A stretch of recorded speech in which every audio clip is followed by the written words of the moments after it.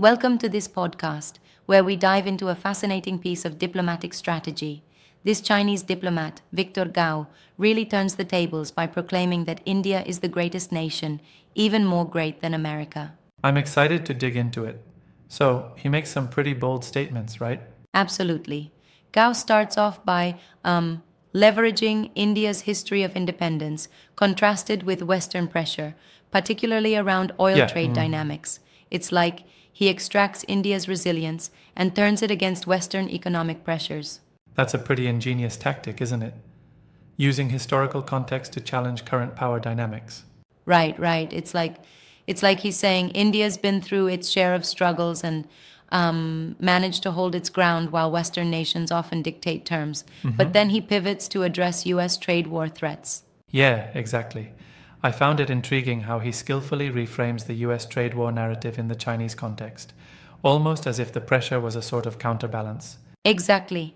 He highlights China's response to U.S. trade war threats in a way that feels both defensive and opportunistic. It's strategic diplomatic jujitsu, if you will, turning challenges into advantages. Yeah. And then there's the bit about rare earth leverage and defense industry impact, right? How does that play into his overall message? Oh, that part is interesting. It's like he's laying out the economic chessboard. Rare earth minerals are a critical strategic asset, and by emphasizing them, he's reinforcing the idea that power isn't just about military might, but also about controlling key resources. Right, but here's a thought. Don't you think relying on rare earths can be a double edged sword? I mean, it's a valuable asset, but also a point of vulnerability if you consider global supply chains. That's a good point. In fact, while Gao praises India's strategic stance, he subtly reminds his audience that controlling such resources is a cornerstone of modern diplomacy. Yeah, It's I like see he's that. acknowledging that no strategy is without risk, yet his overall framing steals the narrative. And speaking of narratives, he then brings up the issue of American farmers losing access to the Chinese market, right? Exactly. And that's not just an economic note, it's a powerful symbol in his argument. By pointing out that U.S. agriculture is hit by these policies, he sows doubt about America's global prowess. Yep, that shifts the conversation entirely. I find it fascinating how he links these disparate themes into one coherent narrative about shifting global power dynamics. Absolutely. And then there comes that standout moment when an American panelist dares to attack the Chinese system, and Gao counters by challenging the notion of lecturing ancient civilizations. Right. It's a brilliant pivot because it not only defends China, but also elevates India by association. Now, that's where the diplomatic brilliance shines. By praising India, he makes it nearly impossible for critics to counter without appearing to undermine ancient cultures. Exactly, exactly. It's like he employs a sort of double edged rhetorical sword. You see, criticizing his stance would be akin to questioning the wisdom of long established ancient civilizations, which is a sensitive area. Right, yeah. But here's my question. Is it really fair to lump together ancient civilizations' wisdom with modern policy moves? Sometimes that seems like a bit of a stretch. That's a fair challenge. I mean, it could be seen as a bit overreaching, right? But it also taps into the sentimental value many people place on historical legacies, making it a powerful move in the realm of soft power. True. So, you're saying that even if the analogy might be stretching a bit, the underlying strategy is still effective because it resonates culturally? Exactly. It's like he's painting the past as this treasure trove of legitimacy that modern critics just can't ignore. Yeah, right. It's a bit of diplomatic psalms mixed with geopolitical savvy. And then he wraps up his strategic diplomacy by discussing what he calls diplomatic jujitsu, using clever counterpoints to deflect criticisms. Yep, that's the masterstroke. He essentially turns what could be a defensive posture into an offensive narrative. It's like he dodges all the blows and then counters with precision every time. Exactly. I love the analogy of jujitsu here. It's a great way to illustrate how he manages to redirect the momentum in a debate. Right, and it's interesting too because it speaks to the global power shift commentary we see these days.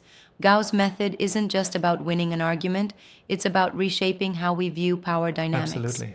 And don't you think this also challenges the traditional West-centric viewpoint on global geopolitics? It absolutely does. By prioritizing India and subtly critiquing America, He reorients the conversation towards a multipolar world where emerging powers like India take center stage. Yeah, exactly. So, in a way, Gao is not just commenting on current events, he's signaling where future alliances and economic battles might lie. Exactly. He's hinting at a future where old power hierarchies could be upended. His reference to trade imbalances, resource control, and even historical legacy creates a narrative that's hard to ignore. Right, yeah. And it's a real testament to modern diplomacy, isn't it? How one sharp, well placed remark can pivot an entire debate. Yes, indeed. It makes you think about how these debates are more than just policy disagreements. They represent a fundamental shift in how nations perceive themselves and each other. Absolutely. I mean, who would have thought that by carefully praising India, you could effectively sidestep a direct confrontation and simultaneously dismantle Western criticisms? Exactly. It's like a high-level chess game. Every move is calculated to maintain the upper hand while subtly influencing opinions on a global scale. Yeah, that's a sharp observation. I'm curious though, do you think this kind of strategy is sustainable over time? Could it potentially backfire if overused? That's a critical point. While diplomatic jujitsu works brilliantly in a single debate, over-relying on it might lead to accusations of spin or even unintended marginalization of real interesting. issues. But in the context of this clip, it feels like a masterfully timed move. Indeed, timing is everything. And it's not just about the message, but the medium. Appearing on Indian TV, addressing an audience that holds pride in their heritage, makes it even more effective. Right, the platform matters a lot here. Gao's strategic contextual placement, praising India first, almost forces his critics to defend the nation's ancient heritage. It's not an attack on the West per se, but more like a circumvention of their usual exactly. talking points.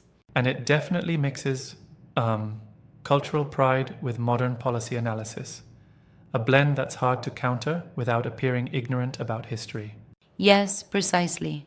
In a nutshell, Gao's take is a brilliant example of modern diplomacy, one that combines historical sentiment, economic strategy, and psychological Totally maneuvering. inspirational. It certainly makes us rethink how power is asserted and how dialogues on international relations can be so layered yet so effective. Exactly. It's a masterclass in flipping the narrative, and while one might critique the over-romanticized view of ancient civilizations, it undeniably redefines the diplomatic playing field. Yeah, right. Well, this discussion has given me plenty to ponder on regarding international rhetoric and strategy. Thanks for unpacking this with me. It's been, really enlightening. Anytime. It's always a thrill to explore such cutting-edge diplomatic maneuvers and see how history and modern geopolitics intersect in unexpected ways. Absolutely.